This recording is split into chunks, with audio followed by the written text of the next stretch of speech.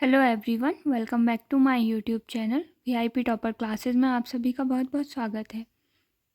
आज के इस वीडियो में हम पढ़ेंगे भारतीय संविधान की विशेषताएं। ये क्वेश्चन आप लोगों के लिए बहुत यूज़फुल है एग्ज़ाम के दृष्टिकोण से भी और अपने भारत देश के नागरिक होने के नाते भी। यदि आप भारत के नागरिक हैं तो आपको आपके संविधान के बारे में जानने का, उसे समझने का पूरा अधिकार है और ये आपका कर्तव्य भी है। तो इस वीडियो को ज़रूर देखें। और इसके पहले मैंने भारतीय संविधान की प्रस्तावना के बारे में भी बताया है। अगर आपने वो वीडियो नहीं देखा है तो उसे भी पहले जान लें कि हमारे संविधान की प्रस्तावना में क्या लिखा गया है। ठीक है, जब भी आप सोशल साइंस पढ़ते हैं या किसी बड़े एग्ज़ाम की तैयारी करते हैं तो उसमें भारतीय संविधान एक बहुत बड़ा टॉपिक है। तो इसलिए हम आज इसकी विशेषताओं के ऊपर वीडियो लेकर आए हैं।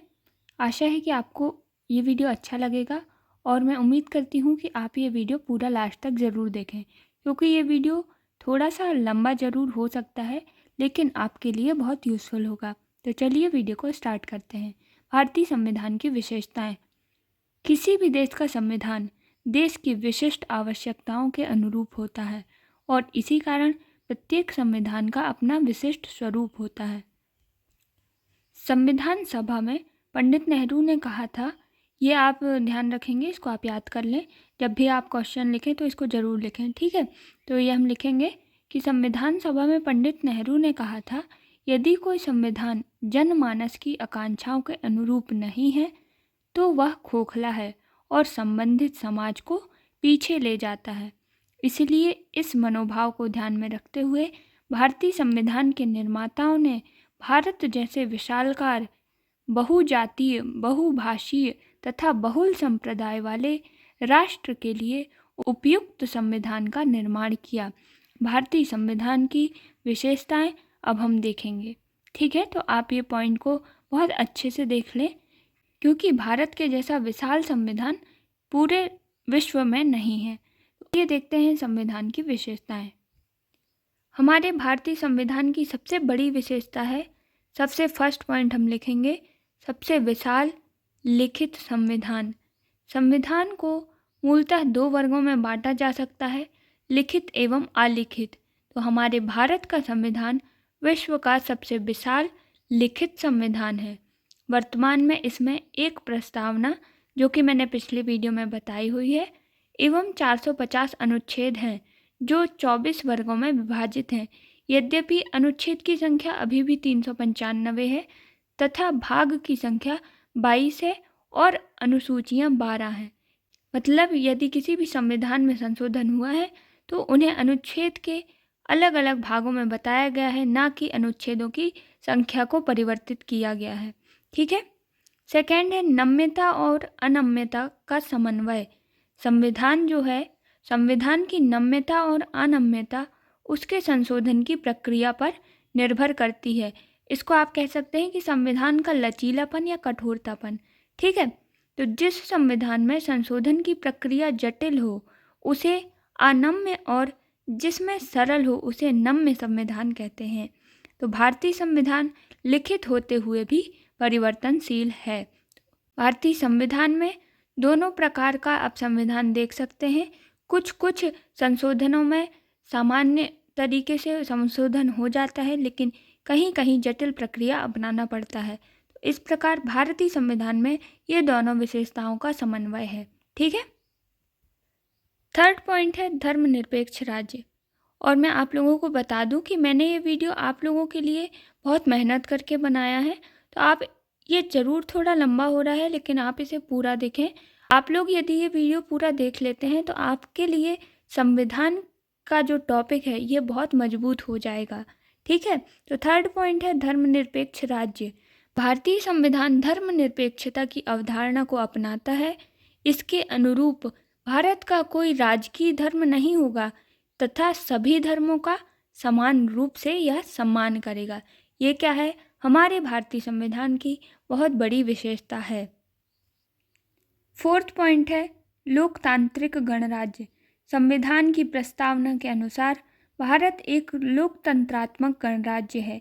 लोकतंत्रात्मक राज्य से आशय शासन की शक्ति जो है किसी एक व्यक्ति वर्ग विशेष में निहित ना होकर भारतीय जनता में निहित है। लोकतांत्रिक मतलब कि जनता का, ठीक है। साथ ही भारत का लोकतंत्रात्मक राज्य होने के साथ साथ यह गणराज्य भी है। गणराज्य से आशय क्या है कि भारत जो है राज्य का सर्वोच्च अधिकारी, भारत राज्य का सर्वोच्च अधिकारी वंशानुगत ना होकर जनता द्वारा अप्रत्यक्ष रूप से निर्वाचित राष्ट्रपति होता है, ठीक है। 5th पॉइंट है संप्रभु राज्य। भारतीय संविधान की प्रस्तावना भारत को एक संप्रभु राज्य घोषित करती है। संप्रभु राज्य से आशय क्या है कि भारत पर आंतरिक एवं बाह्य दृष्टि से किसी भी विदेशी सत्ता का नियंत्रण नहीं होगा। 6th पॉइंट है समाजवादी एवं लोक कल्याणकारी राज्य। तो भारतीय संविधान जो है भारत को एक समाजवादी और लोक कल्याणकारी राज्य घोषित करता है। उल्लेखनीय है कि भारत ने अपनी परिस्थितियों के अनुकूल समाजवाद को अपनाया है जो लोकतंत्र एवं गांधीवाद के साथ समन्वय करता है। इसे लोकतांत्रिक समाजवाद कह सकते हैं, ठीक है। ये जो टॉपिक मैं बता रही हूँ इनमें यदि आपको कभी क्वेश्चन लिखने में आ रहा है पर कम नंबर में आ रहा है तो आप उनके नॉर्मल आप टॉपिक लिख सकते हैं कि लोक कल्याणकारी राज्य, समाजवादी राज्य, लोकतांत्रिक गणराज्य, इनका आप वर्णन ना करें तो भी चल जाएगा। लेकिन यदि 10 या 12 नंबर में ये क्वेश्चन आता है तो आप विधि पूर्वक पूरा वर्णन करें, ठीक है। 7th पॉइंट है मौलिक अधिकार। व्यक्ति के सर्वांगीण विकास के लिए जिन अधिकारों का प्राप्त होना आवश्यक है उन्हें हम मूल अधिकार या मौलिक अधिकार कहते हैं। भारतीय संविधान भी भाग 3 में मूल अधिकारों की घोषणा करता है। ये क्वेश्चन 2 नंबर में भी पूछा जाता है कि मौलिक अधिकार क्या हैं, तो आप उसमें इसका आंसर इसी तरीके से लिखें, ठीक है।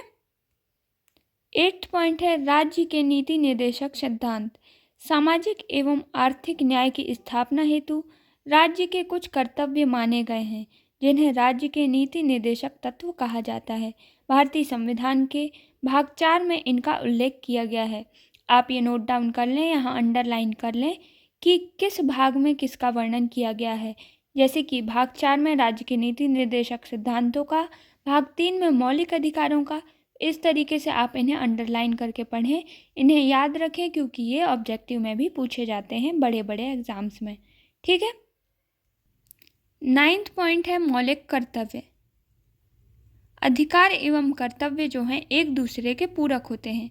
आपको अधिकार तो प्राप्त होते हैं किंतु आपके कुछ कर्तव्य भी होते हैं जिन्हें पूरा करना आपका दायित्व है। यद्यपि मूल संविधान में मौलिक कर्तव्यों का उल्लेख नहीं था, इन्हें स्वर्ण सिंह समिति की सिफारिश पर, आप ध्यान रखेंगे किसकी सिफारिश पर, स्वर्ण सिंह समिति की सिफारिश पर 1976 में 42 संविधान संशोधन द्वारा शामिल किया गया। 42 कॉन्स्टिट्यूशन अमेंडमेंट द्वारा ऐड किया गया, ठीक है। अगला है एकल नागरिकता। यह हमारे भारत के संविधान की बहुत बड़ी विशेषता है कि सामान्यतः जो है संघात्मक संविधान में दोहरी नागरिकता होती है, एक संघ तथा दूसरी राज्यों में, किंतु भारतीय संविधान संघात्मक होते हुए भी एकल नागरिकता के सिद्धांत को अपनाता है।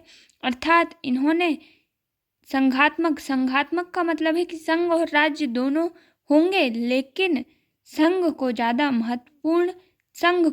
महत्व बताता है, यह एकल नागरिकता है, ठीक है।